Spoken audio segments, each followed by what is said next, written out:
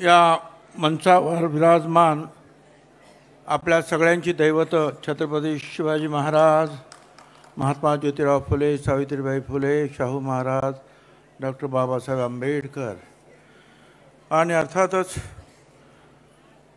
राष्ट्रवादी काँग्रेस पक्षाचे राष्ट्रीय अध्यक्ष माननीय अजितदादा पवार, राष्ट्रीय कार्याध्यक्ष प्रफुल्लभाई, राष्ट्राध्यक्ष प्रांताध्यक्ष सुनील तटकरे, मुंबईचे अध्यक्ष समीर भाऊ भुजबळ, महिला प्रदेशाध्यक्ष रुपालीताई चाकणकर,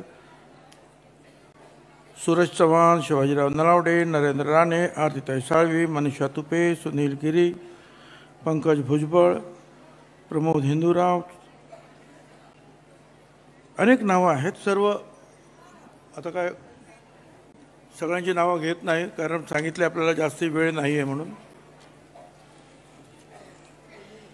प्रफुल्ल भाई, ये अजीत दादा और ये सुनील तटकरे थोड़ा मस्करी करता है हमारा है.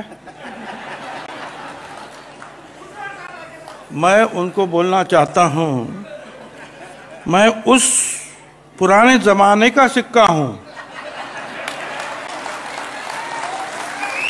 मैं उस पुराने ज़माने का सिक्का हूँ, मुझे फेंक ना देना.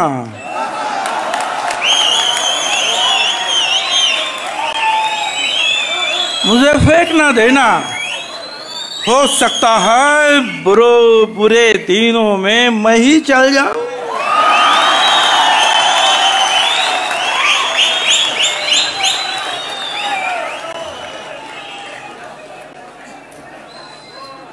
समीर भाऊ आणि त्यांच्या सर्व सहकार्याने अतिशय उत्तम काम केलेलं आहे.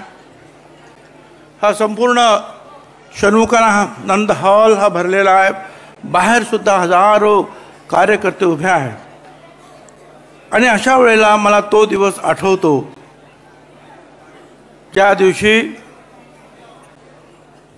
पवार साहेबांना काँग्रेसच्या बाहेर जावं लागलं आणि नवीन पक्ष स्थापन झाला. तो याच षण्मुखानंद हॉलमध्ये इथे अशा गाद्या टाकलेल्या होत्या आणि आम्ही बसलेलो होतो. समीर भाऊ होते, पंकज भाऊ होते, शिवाजीराव नलावडे होते, सुनंदाताई शिंदे, शालिनीताई गायकवाड, हे अजूनही त्यावेळची अनेक जुनी मंडळी जी आहेत आजही जे आहेत ह्या स्टेजवर विराजमान आहे. ह्या इथे मोठे मोठे जे आहेत नेताजी सुभाषचंद्र बोस पासून तर महात्मा गांधी आणि तर सर्व जे राष्ट्रीय नेत्यांचे जे आहेत मोठे फ्लेक्स लावलेले होते, फोटो लावलेले होते. संपूर्ण हॉल अतिशय शांतपणे जे आहे राष्ट्रातून आलेले जे काही नेते होते त्यांच्या भाषणात आणि त्यांनी दिलेले निर्णय शांत चित्ताने ऐकत होते. इथेच या राष्ट्रवादी काँग्रेस पक्षाची सकाळी स्थापना झाली. त्या स्थापनेपूर्वी जो A10 विरोधी पक्ष नेते छगन भुजबळांचा जो बंगला, तिथे सुद्धा या सगळ्या मंडळींनी खूप काम केलं. कारण 1000 लोकांचं ॲफिडेविट पाहिजे होतं की मी या जुन्या पक्षांचा राजीनामा दिला, माझा रोल नंबर त्या इलेक्ट्रोल रोलमध्ये अमुक आहे आणि माझं नाव हे आहे आणि मी या पक्षाला पाठिंबा देतो आहे. हे ॲफिडेविट 1000 ॲफिडेविट माझगावच्या जनतेनं त्यावेळेला कार्यकर्त्यांनी पूर्ण केलं. समीर भाऊ, पंकज भाऊ, त्यांचे सर्व कार्यकर्त्यांनी. साधी गोष्ट नव्हतीच. आणि मग नंतर तुम्हाला सुद्धा माहिती आहे की घटनासुद्धा तिथेच तयार झाली.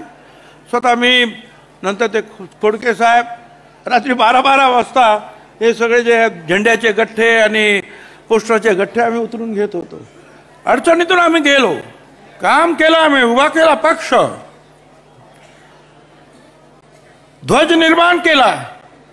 आपल्याला सगळ्यांना प्रफुल्लभाई माहिती आहे की खजिनाचं चिन्ह आपण ज्याला दिलं त्यांनी सांगितलं की हे जरा जनता पार्टी सारखं दिसतं, जनता दलासारखं दिसतं. आणि मग त्याच घड्याळाला आपण 2 खाली पाय लावले आणि एक ते टेबल क्लॉक तयार केला. आपण सगळं आपण तयार केलं.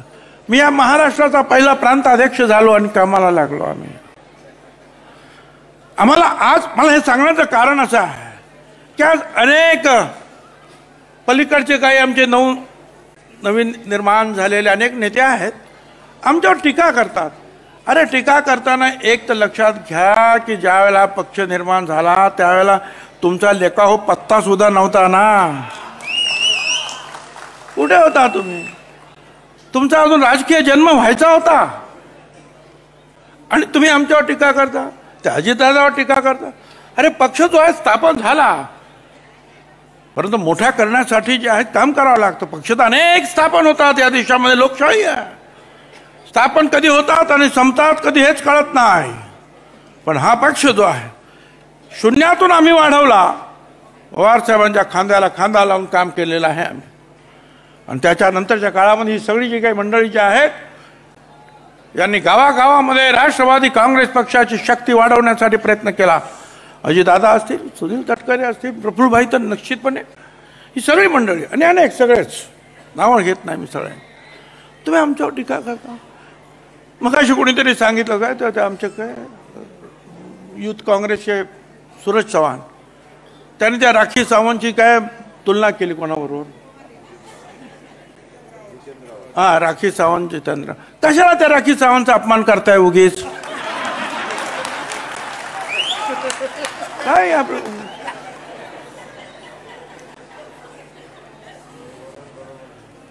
काय आपलं त्यांना काय बोलायचं असं आहे की ते जे बोलतायत तिकडे ते एक फ्रस्ट्रेशन आहे, ते एक आंतरिक दुःख आहे. त्या दुःखातून निर्माण झालेला तो संताप आहे की आता आमच्याकडे काहीच राहिलं नाही, सगळेच तिकडे गेलेले आहे आणि मुंबई सुद्धा इकडे झालेले आहे.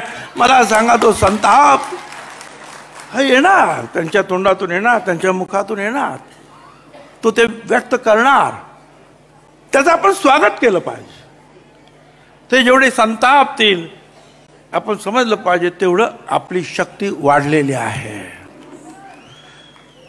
महिलांची शक्ती वाढली, युवकांची शक्ती वाढली, पुरुषांची, सगळ्यांची शक्ती आपली वाढते आहे. त्याचं ते द्योतक आहे. आणि त्यामुळे अरे तुम्हाला करायची आहे ना टीका, करा ना.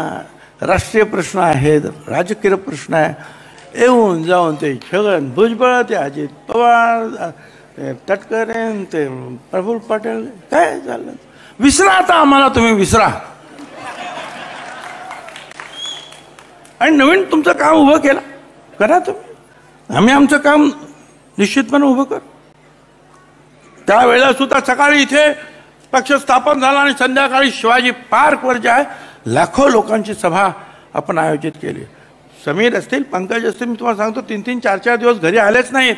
तर महापौर बंगल्यावरच पाठीमागे जायचं आणि परत गाडीत येऊन बसायचे किंवा झोपायचे. ही अशी परिस्थितीतून काम केलं. काही नव्हतंच आमच्याकडं. अशा परिस्थितीमध्ये हा पक्ष उभा झाला आणि तुम्ही आमच्यावर एवढ्या दुगाण्या झाडतायत, याचं काही कारण नाही ना. ठीक आहे, एका विशिष्ट परिस्थितीमध्ये आम्ही इथे आलो. ती परिस्थिती तुम्हीच निर्माण केलेली होती. एकदा नाही, दोनदा, तीनदा, चारदा, 5दा, 6दा तुम्ही सातत्यानं चर्चा केली की हे असं करायचं, हे असं करायचं, हे असं करायचं आहे. सगळ्या आमदारांच्या सह्या त्याच्यावर होत्या, हे असं करायचं आहे. पण ऐन वेळेला जे आहे प्रत्येक वेळेला हो म्हणायचं आणि मागे जायचं. तळ्यात मळ्यात, तळ्यात मळ्यात. शेवटी आम्ही ठरलं बाबा तळ्यात तसे न मळ्यात एकदाच जाऊया चला. मग आता तुम्ही कशाला आता आमच्याबद्दल व्यक्त करताय? आम्ही आमचं काम करू. शक्ती आपल्याला वाढवावी लागेल, ती आम्ही निश्चितपणे वाढवणार. आणि ती शक्ती आमची वाढलेली आहे. मागच्याच काही महिन्यापूर्वी ग्रामपंचायतीच्या ज्या निवडणुका झाल्या त्याच्यामध्ये आपल्या लक्षात आलं असेल की बीजेपी नंतर अजितदादा राष्ट्रवादी काँग्रेस पक्षाचा दुसरा नंबर आलेला आहे. ही आमची शक्ती आहे, ही आमची शक्ती आहे. आणि तुमचा नंबर किती आला म्हणावा सांगा बघू. मग लोक कुणाच्या बाजूने आहेत? शेवटी पक्ष असेल. पक्ष म्हणजे फक्त बोर्ड, पक्ष म्हणजे फक्त झेंडा, फक्त चिन्ह म्हणजे पक्ष नाही. तर पक्ष म्हणजे त्या पक्षात काम करणारे लोक, लोकांची शक्ती म्हणजे पक्ष आहे. आणि तो पक्ष जो आहे हा इथे आहे. तो पक्ष इथे आहे. सगळा हॉल भरलेला आहे, बाहेर लोक आहे. तो पक्ष इथे आहे.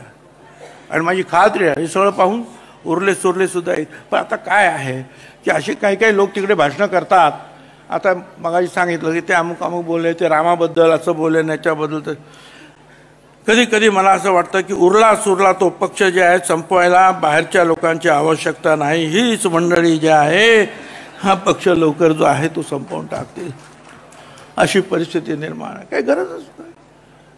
काय बोलता, काय करता, असेल तुमचा अभ्यास ठीक आहे. अरे पण परिस्थिती काय आहे, वेळ काय आहे, लोकांची भावना काय आहे, याचा तर विचार करा. आणि मग या सगळ्या गोष्टीचे विचार करता जे आहे, मला असं वाटतं की तुमची आमची जी आहे जबाबदारी वाढलेली आहे. आपण राष्ट्रवादीचा झेंडा खांद्यावर घेतलेला आहे. माझी खात्री आहे निवडणूक आयोगाकडे केस चालू आहे. आपण पूर्ण शक्तीनिशी आपले आमदार असतील, आपले खासदार असतील, आपल्या इथं जे कार्यकर्ते असतील, सगळ्यांचे पुरावे दिलेले आहेत. मला वाटत नाही की निर्णय आपल्या विरुद्धचा. निर्णय निश्चितपणे आपल्याच बाजूने लागेल. राष्ट्रवादी काँग्रेस पक्षाची निशाणी आणि सगळ्या बाबतीमध्ये जे आहे त्याच्यामध्ये प्रफुल्लभाईने सुद्धा खूप मेहनत घेतलेली आहे, सगळे पुरावे दिलेले आहेत. आणि याच्यातून निश्चितपणे आपल्याबरोबरच हा पक्ष राहिल्याशिवाय राहणार नाही. पण आता तुमची जबाबदारी वाढली. आपल्याला खासदार, होय, एक तरी खासदार मुंबईत आपल्याला मिळाला पाहिजे. आणि तो खासदार निश्चितपणे निवडून आणण्याची जबाबदारी जी आहे हे आपण सगळ्यांनी घेतलेली आहे, ती घेणार आहोत आणि पूर्णत्वास नेणार आहोत. त्यासाठी आपल्याला काम करावं लागेल. प्रत्येक गल्ली गल्लीमध्ये, वाडीमध्ये, चाळीमध्ये जे आहे राष्ट्रवादी काँग्रेस पक्षाचा, अजित पवार गटाचा झेंडा फडकला पाहिजे. लोकांच्या तुम्ही उपयोगी आला पाहिजे. तुम्ही जे काम कराल ते लोकांपुढे गेलं पाहिजे. पूर्वी बोर्ड्स, आता सुद्धा बोर्ड्स लावा, परंतु त्याचबरोबर आपल्या हातामध्ये जे समाज माध्यम आलेलं आहे मोबाईलच्या माध्यमातून, ते सर्व दूर कसं जाईल, आपापल्या त्या विभागात कसं जाईल, आपल्या जिल्ह्यात कसं जाईल आणि मग मुंबईत कसं जाईल हे पाहिलं पाहिजे. लोकांना कळलं पाहिजे की आमच्या वॉर्डमध्ये अमुक अमुक राष्ट्रवादी काँग्रेस पक्षाचा हा माणूस काम करतो आहे आणि हा आमच्यासाठी लढतो आहे, आमच्यासाठी तो आंदोलन करतो आहे, आमच्यासाठी तो महानगरपालिकेमध्ये जातोय, पोलीस स्टेशनला जातोय, आमच्यासाठी तो इस्पितळात जातो आहे, शाळेत कॉलेजमध्ये प्रवेश देण्यासाठी झडतो आहे. ही लहान लहान कामं आहेत. ही लहान लहान कामं तुम्हाला करा. म्हणजे मोठी कामं जे आहेत ते महाराष्ट्र सरकार, भारत सरकार ते करीलच, पण ही जी कामं आहेत या कामातून तुम्ही लोकांना जे आहे आपलंसं करायला पाहिजे. लोक तुम्हाला विचारतील हे काय आहे, आता काय नवीन पक्ष आला, अमुक. आपला पक्ष नवीन नाही आहे. आपलं ध्येय तेच आहे, आपलं पक्ष तेच आहे. आणि म्हणून त्यासाठी असं सांगणार आहे तुम्हाला, रात नहीं ख्वाब बदलता है. रात नहीं बदलती भाई, रात नहीं ख्वाब बदलता है. मंजिल तो वही है, कारवा बदलता है. कारवा बदला है, मंजिल वही है. जज्बा रखो जीतने का, जज्बा रखो जीतने का, क्योंकि किस्मत बदले न बदले वक्त जरूर बदलता है. तुम्ही सगळ्यांनी जे आहे हा जो आहे वेळ बदलण्याची शक्ती, ताकद तुमच्यामध्ये आहे. तुमच्या वॉर्डामध्ये तुमचं काम मजबूतीने झालं पाहिजे. आपापसातले जे पाय खेचण्याचं काम करू नका, खेकड्यासारखे वागू नका. खेकड्याचं उदाहरण माहिती आहे तुम्हाला? उदाहरण सगळ्या माशाई जे असतात ना त्याच्यावर झाकण असते, पण खेकडे ज्या पाठीत असतात ना त्याच्यावर कधी झाकण ठेवत नाही. याचं कारण आहे, तो एक खेकडा जर त्या पाठीच्या बाहेर जायला लागला का दुसरा खेकडा जो आहे त्याचा पाय खाली ओढतो, बाहेर जायचं ना. खेकड्याच्या प्रमाणे तुम्ही वागू नका. सगळ्याने एकमेकाला साथ देण्याचा प्रयत्न करा. महिला आघाडी असेल, युवक आघाडी असेल, विद्यार्थी आघाडी असेल तुमची, नंतर फादर बॉडी असेल, सगळ्यांनी एकजूट होऊन जर काम केलं तर निश्चितपणे जे आहे यश तुमचं आहे ते तुम्हाला मिळाल्याशिवाय राहणार नाही. हा पक्षच मुळी जो आहे, हे जे आहेत हे आमची जी दैवता आपण इथे उभी केली, ज्या दैवतांच्या विचारावर फुले शाहू आंबेडकरांच्या विचारावर हा पक्ष जातो आहे, आमच्यावर टीका केली जाते. तुम्ही विचारधारा बदलली नाही, आम्ही विचारधारा नाही बदलली. नितीश कुमार सुद्धा गेले बीजेपीमध्ये, बीजेपी बरोबर सरकार, विचारधारा नाही बदलली. ममता गेले, अनेक लोक जे आहेत, ममता बॅनर्जी सुद्धा होत्या, म्हणजे काय विचारधारा बदलली? जॉर्ज फर्नांडिस सुद्धा गेले होते तिकडे, विचारधारा बदलली? विचारधारा बदललेली नाही. विचारधारा तीच आहे फुले शाहू आंबेडकरांची, छत्रपतीची. अजितदादाने आम्ही सगळे ज्या त्याच विचारधारेवर काम करतो आहोत. गोरगरिबांचं सगळ्यांना बरोबर घेऊन, दलित असतील, आदिवासी असतील, अल्पसंख्याक असतील, सगळ्यांना बरोबर घेऊन काम करायचं. ओबीसी असतील, सगळ्यांना बरोबर घेऊन काम करायचं आहे. त्याच विचारधारा, विकासाची कामं बरोबर आहे. त्याच्यासाठीच आपल्याला नगरसेवक म्हणून जावं लागेल, नगरसेविका म्हणून जावं लागेल, आमदार निर्माण म्हणून आपल्याला निवडून आणावे लागतील. पण त्या आधी सुद्धा तुम्ही चमत्कार असेल तर नमस्कार होतो. जा तिकडे त्या वॉर्ड ऑफिसमध्ये, म्युन्सिपल वॉर्ड ऑफिसमध्ये सांगा आमचं काम ह्या मतदारसंघामध्ये, या वॉर्डाचं हे काम आहे. निश्चितपणे तुमचं काम होईल. पण तुम्ही जर घरीच बसला आणि फक्त त्या मोबाईलवर नुसतंच मेसेज पाठवत बसला तर काही होणार नाही. तुम्हाला शक्ती दाखवायला लागेल, चमत्कार दाखवावा लागेल. आणि आमचं जरी सरकार असलं, आपलं जरी सरकार असलं, पण चुकत असेल, काम होत नसेल तर तुम्ही टक्कर द्यायला शिकलं पाहिजे लोकांसाठी. त्याच्यामध्ये काळजी करायचं का? लोकांना लढणारी माणसं आवडतात, रडणारी माणसं आवडत नाही, हे लक्षात ठेवा. तुम्ही रडत बसता तर कोणी तुमच्याबरोबर येणार नाही. तुम्ही लढायला सुरुवात केली तर सगळे तुमच्याबरोबर येतील. आजकाल जो आहे एक नवीन म्हणा का जुना म्हणा थोडासा वाद, मराठा आरक्षण, ओबीसी आरक्षण.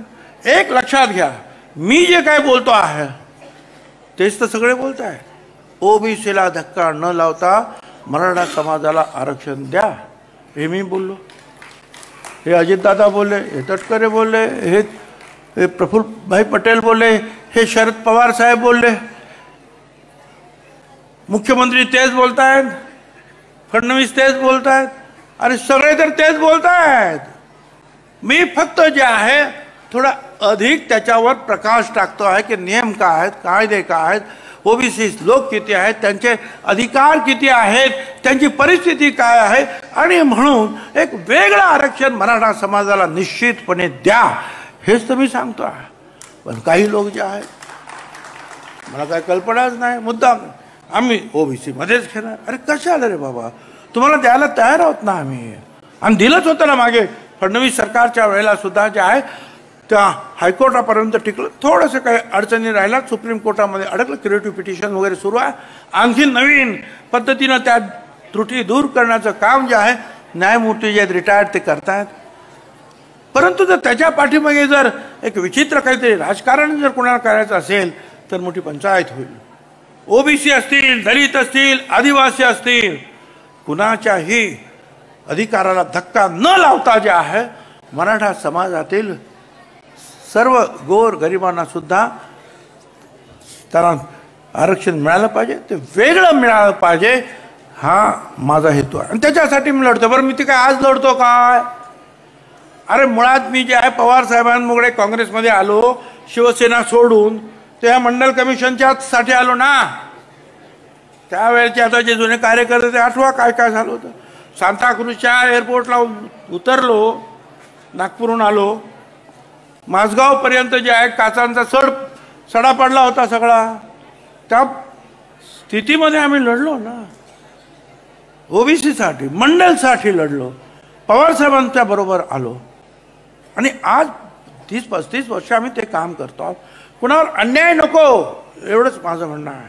म्हणून तुम्ही सुद्धा जे आहे कुठेही कोणाला सांगताना हे समजावून सांगितलं पाहिजे की दलित असतील, आदिवासी असतील किंवा ओबीसी असतील, कुणाच्याही हक्कावर गदा येणार नाही, असं काम आपल्याला करायचं आहे. आणि म्हणून बाकी आता लोक काही बोलतील, पण आपण आपलं काम करायचं आहे.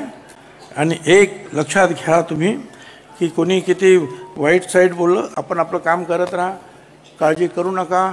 आपला निश्चितपणे जे आहे लोकांचे प्रश्न सोडवण्याकडे आपली वाटचाल सुरू आहे. अजितदादा पवार यांच्या नेतृत्वाखाली आम्ही सगळ्यांनी मिळून जो आहे अतिशय विचारपूर्वक हा निर्णय घेतलेला आहे. केवळ काही भावनेच्या भरात आम्ही वाहून गेलेलो नाही. त्यामुळे जे आहे हे कुणाची दादागिरी अमुक तमुक जे आहे त्याच्याकडे लक्ष देण्याचं कारण नाही. कारण जोरो जुल्मों से तय नहीं होते सियासती फैसले, जोरो जुल्मों से तय नहीं होते सियासती फैसले. ये तो उड़ान तय करेगी कि आसमान किसका है. धन्यवाद. जय हिंद, जय महाराष्ट्र, जय राष्ट्रवादी. धन्यवाद आदरणीय भुजबळ साहेब.